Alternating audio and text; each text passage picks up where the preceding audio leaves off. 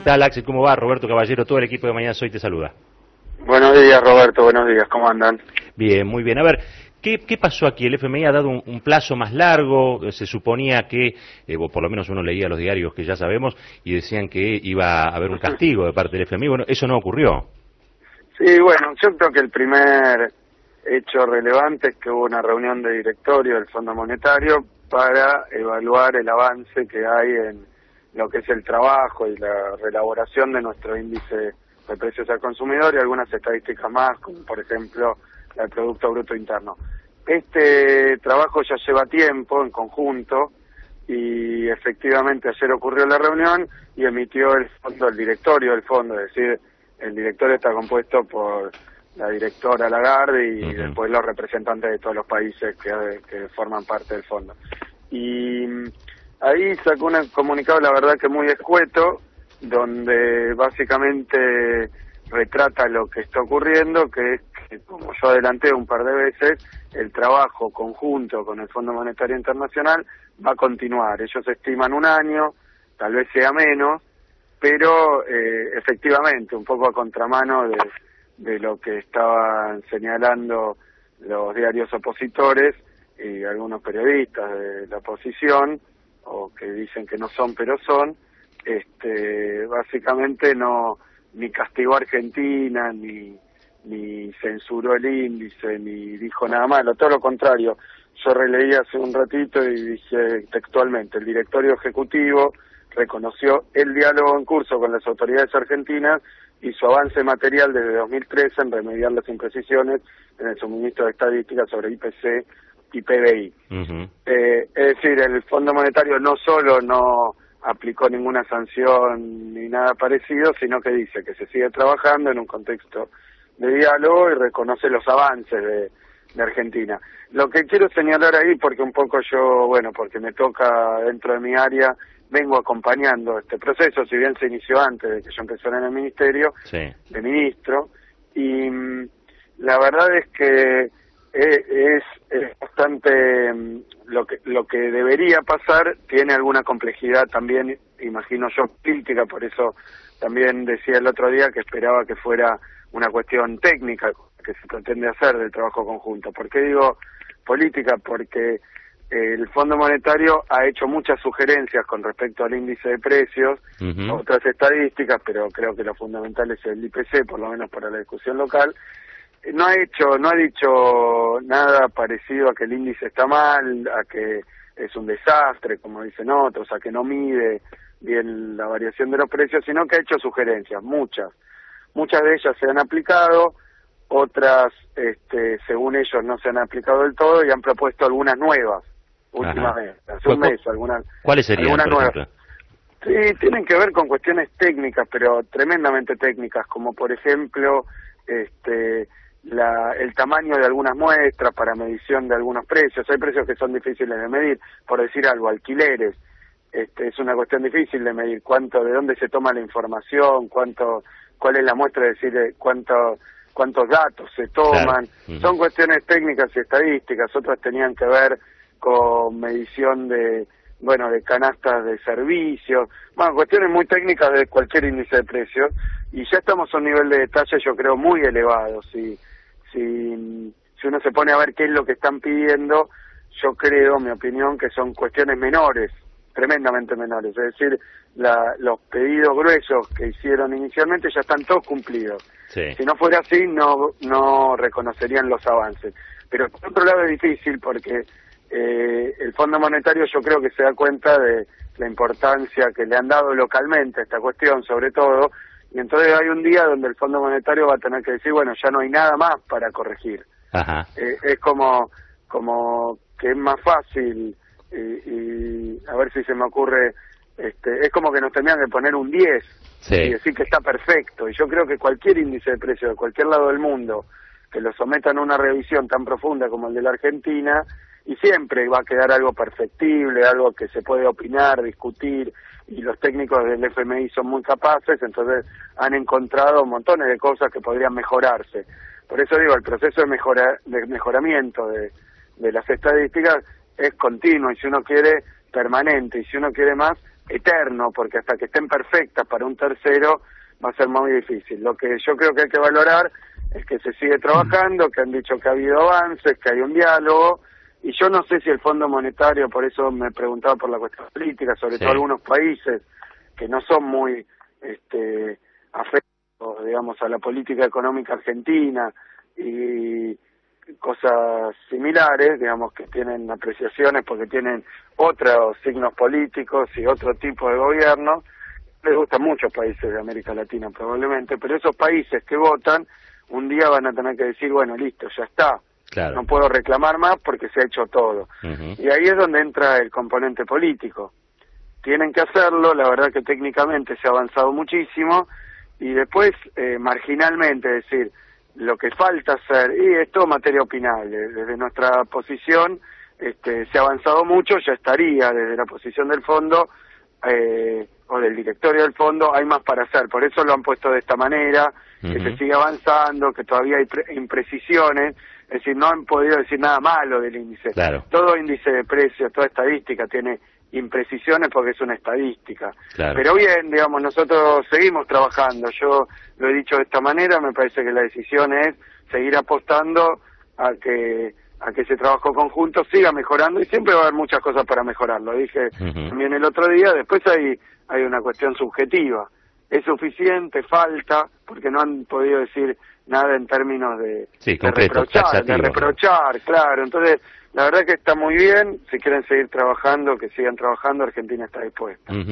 el otro día evaluaba algo que había dicho la presidenta en un discurso en relación a la continuidad y el cambio como disyuntiva que la gente va a tener muy en cuenta a la hora de la votación.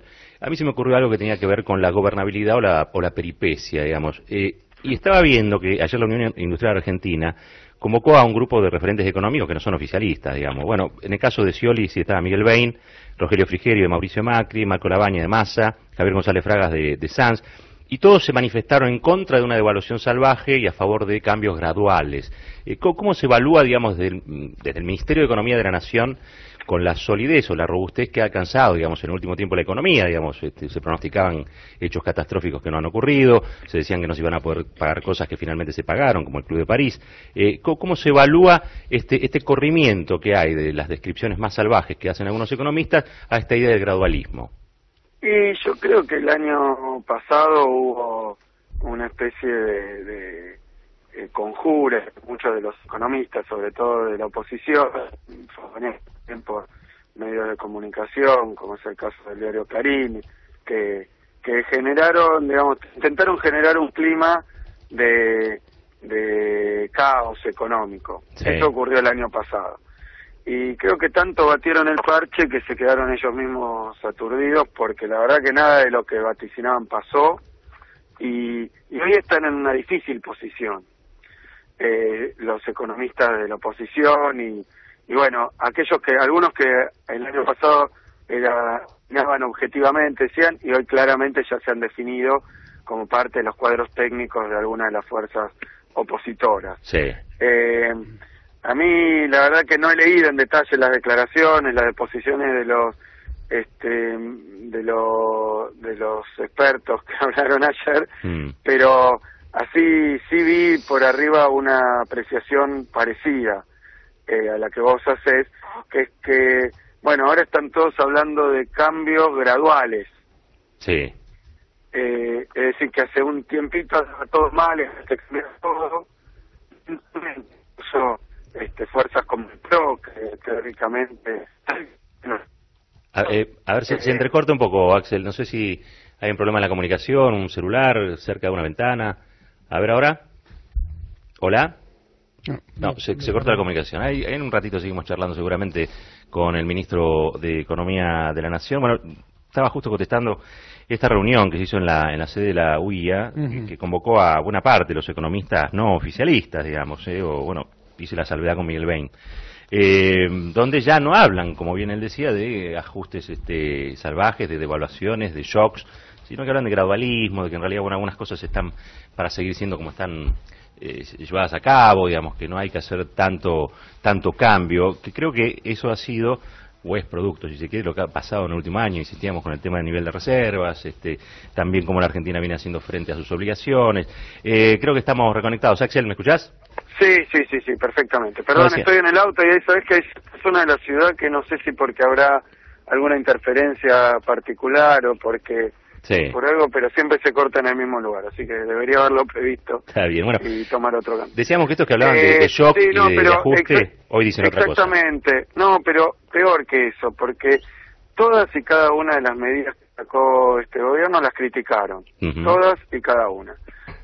Criticaron cuando la presidenta recuperó aerolíneas, cuando recuperó las FJP, cuando recuperó PF. A mí me tocó incluso cuando se trataba de debates legislativos ir y recibir una andanada de violencia verbal diciendo que estaba todo mal nuestra política, que era un error hacer eso, que era inoportuno, después que era una expropiación y que era una especie de estatismo ultranza.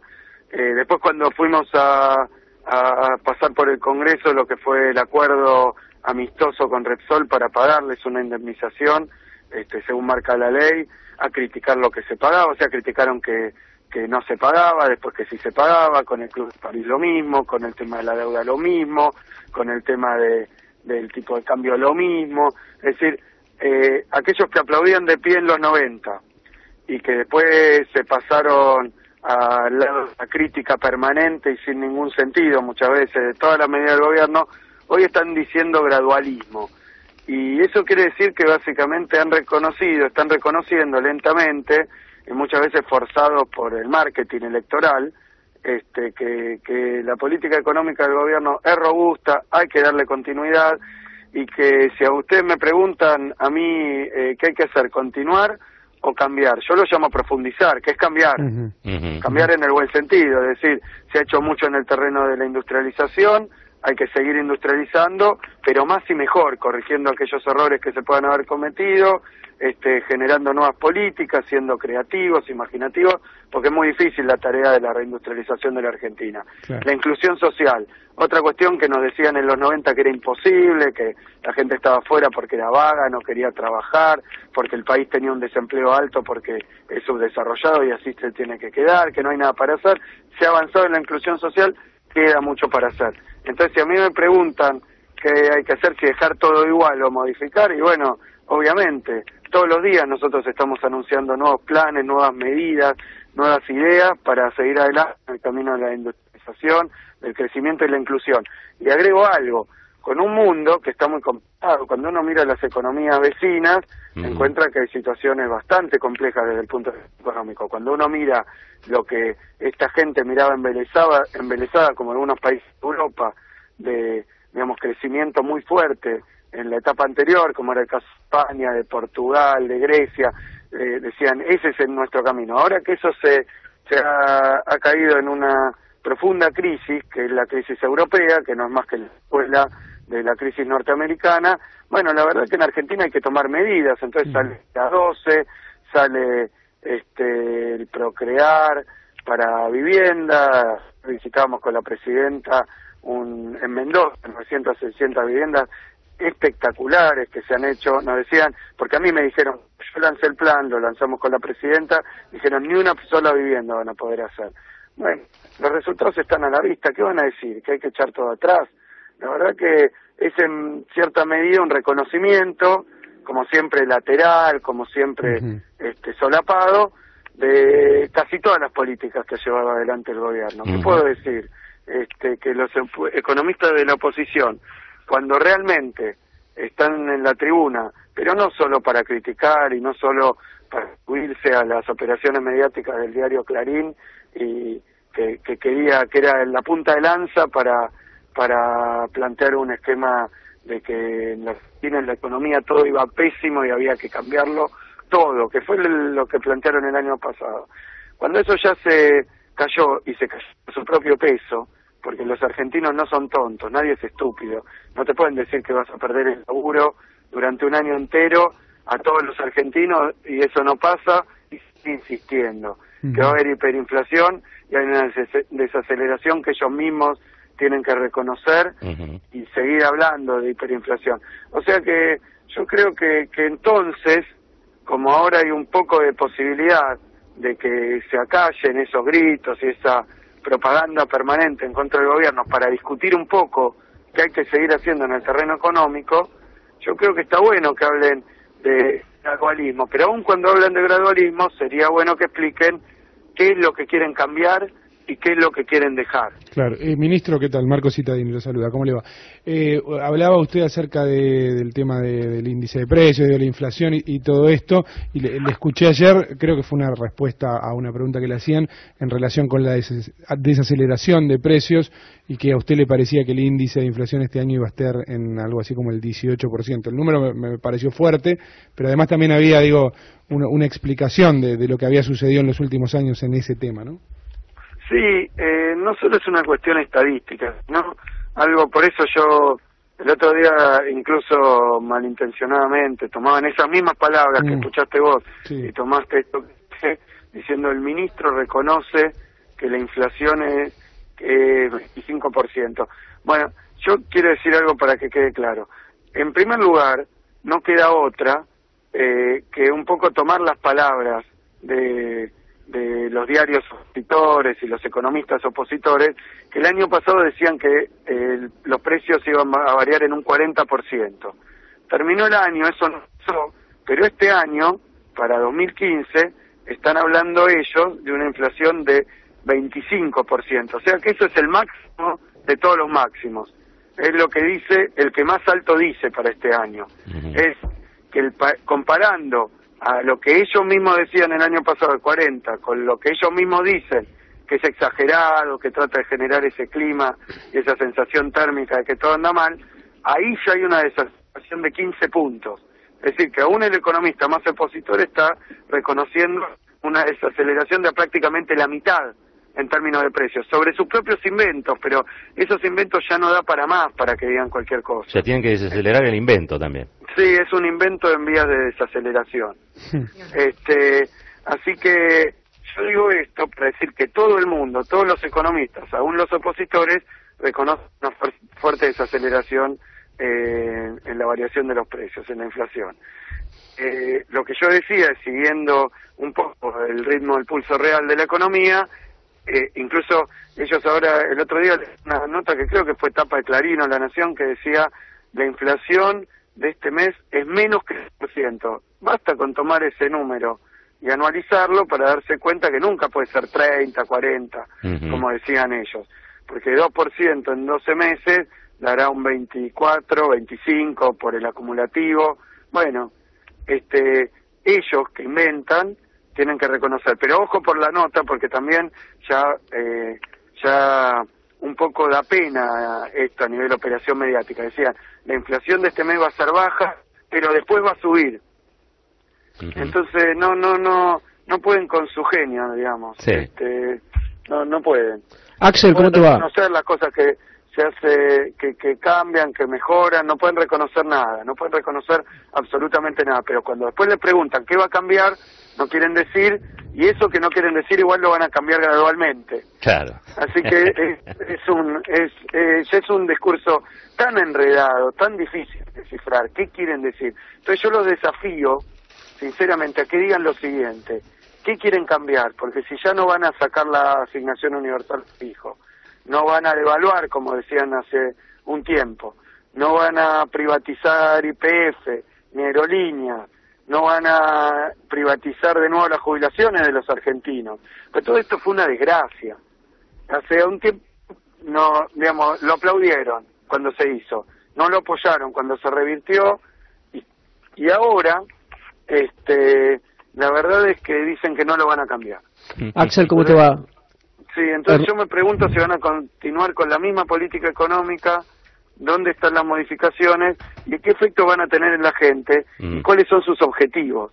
Claro. Si quieren industrializar la Argentina, si quieren seguir con esta vía de crecimiento e inclusión social, tienen que decir, y yo creo que en ese terreno podemos discutir y dialogar cuáles son las vías para seguir industrializando. No es una tarea sencilla, ni todo lo que se ha hecho está bien, ni se ha hecho todo lo que se puede hacer. Así que esa discusión está buena para tenerla, pero si tienen el mismo plan económico y los mismos objetivos que el gobierno, ahí empieza a ser complicado ver por qué alguien votaría a la oposición. Axel, ¿cómo te va? Hernán Brienza te saluda.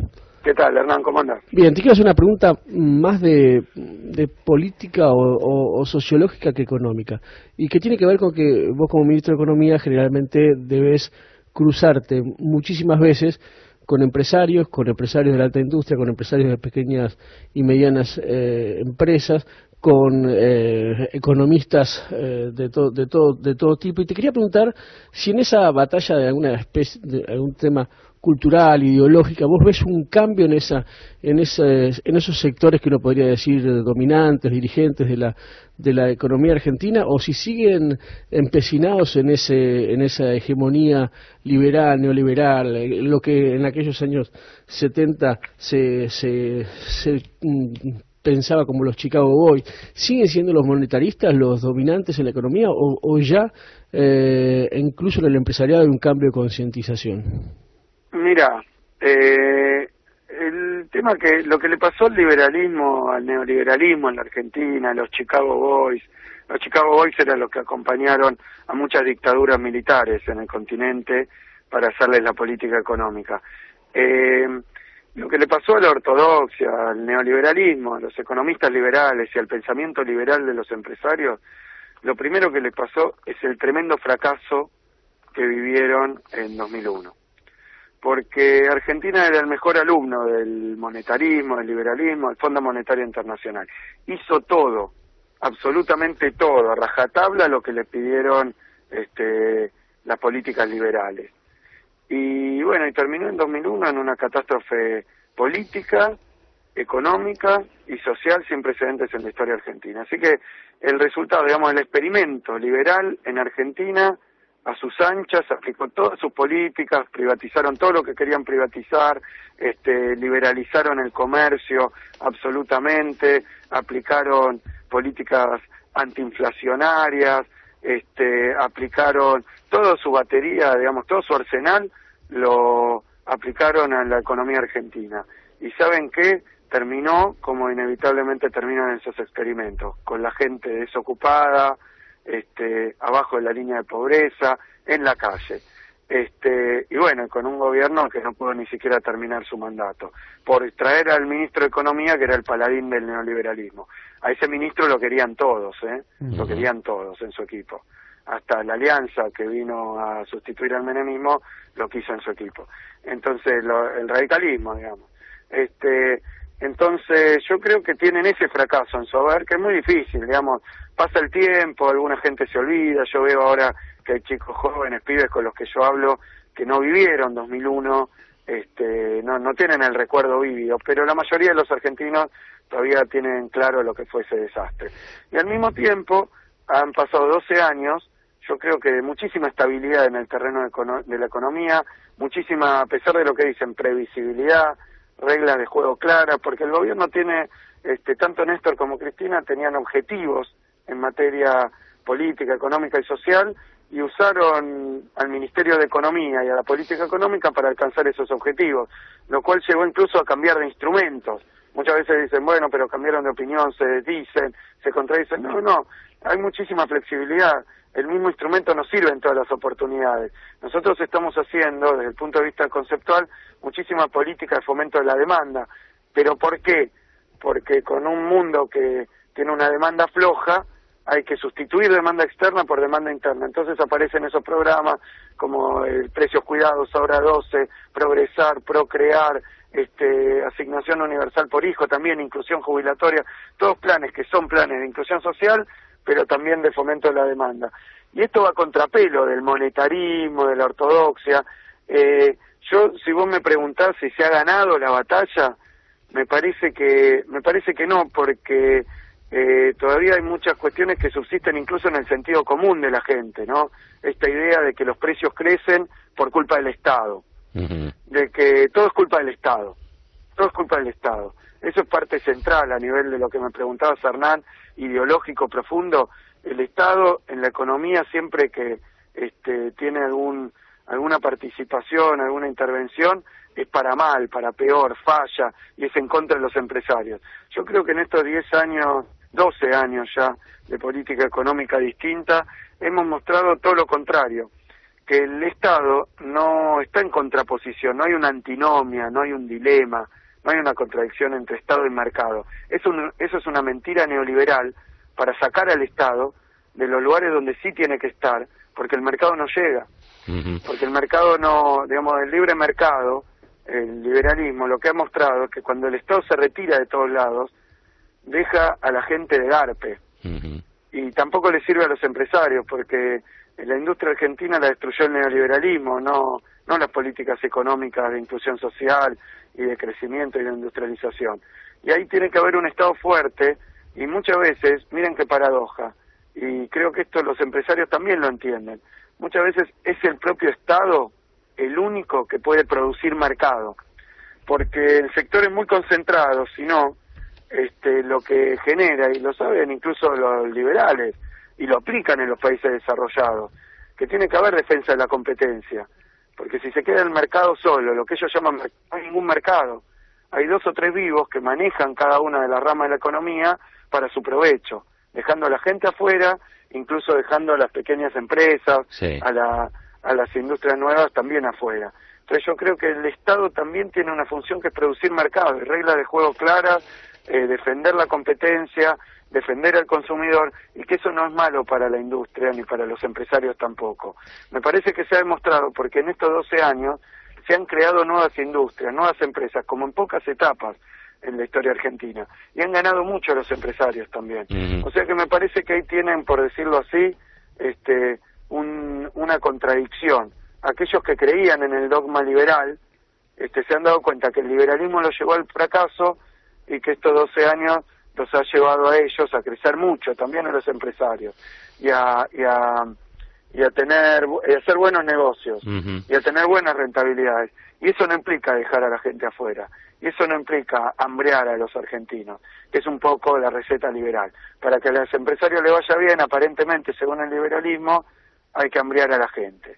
Hay que poner salarios bajos, hay que dejar a la gente sin jubilación, porque hay que bajar el gasto público todo el tiempo, el Estado no tiene que hacer obra pública, no tiene que hacer desarrollo de la infraestructura, y todo eso de última le sirve a todos los argentinos, a los empresarios y a los trabajadores. Y me parece que eso es un poco lo que no les gusta de este periodo a los ideólogos del neoliberalismo. Pero yo he hablado con muchos empresarios que lo entienden bien, por eso tampoco creo que los empresarios vayan a apoyar aventuras para el próximo gobierno. Axel, te quería hacer una pregunta más de tono personal. El otro día estaba leyendo un libro de Tomás Piketty, que, digamos, colecta buenas partes de sus columnas de opinión en los últimos años en diarios americanos y europeos. Leía eso y veía muchas de las cuestiones de la heterodoxia económica que también se te pueden escuchar a vos.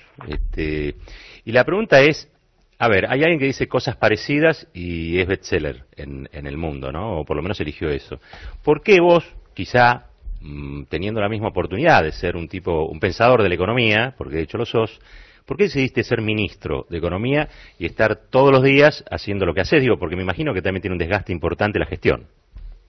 Sí, mira, te digo, yo me dediqué mucho tiempo a la academia, pero nunca abandoné la política, todo lo contrario. Lo que pasa es que en los 90 yo hacía política universitaria en la Facultad de Ciencias Económicas, que era una de las más complicadas para hacer política desde nuestra orientación en aquel momento, pero terminamos ganando el Centro de Estudiantes en el año 2001 también, con una agrupación estudiantil que después nació en Económicas, pero después se proyectó a otras facultades y terminamos, digamos, haciendo un cambio importante en aquel momento, ¿no? Y me parece que lo que te puedo decir desde el punto de vista personal es que yo comulgo muchísimo con lo que se está haciendo en este gobierno, y me parece que desde el punto de vista también personal, yo siempre me dediqué a la política y ahora hay una oportunidad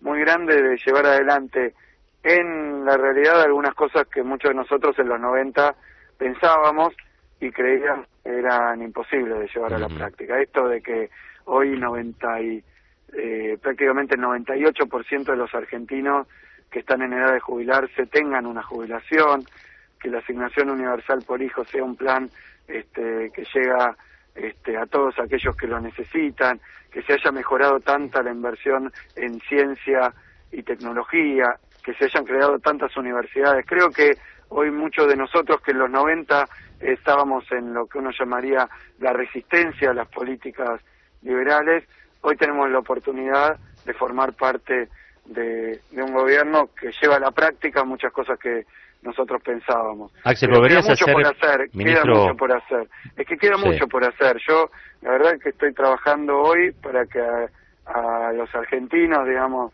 desde la política económica les vaya mejor. Obviamente esto implica que al gobierno le vaya mejor, no es al revés. Nosotros no creemos que al gobierno le puede ir bien si a la gente le va mal. Ujú. Por eso coincide tanto, y algunos lo llaman populismo. Sí. Yo creo que son los gobiernos populares que apuestan a que la gente le vaya bien, y cuando le va bien a la gente le va bien al gobierno. Hay otros gobiernos que tal vez pensaban con que una pequeña élite, una pequeña un pequeño grupo de empresas y de intereses le vaya muy bien, alcanzaba. Pero nosotros creemos que vale la pena incluso pelearse con esos intereses dominantes para que a la gente le vaya bien. ¿Vos volverías Aun a ser cuando ministro de Economía de otro gobierno que no sea el de Cristina Kirchner? Yo lo he dicho muchas veces y es sinceramente lo que pienso. La verdad que yo no estoy en este momento trabajando en candidatura ni en mi continuidad.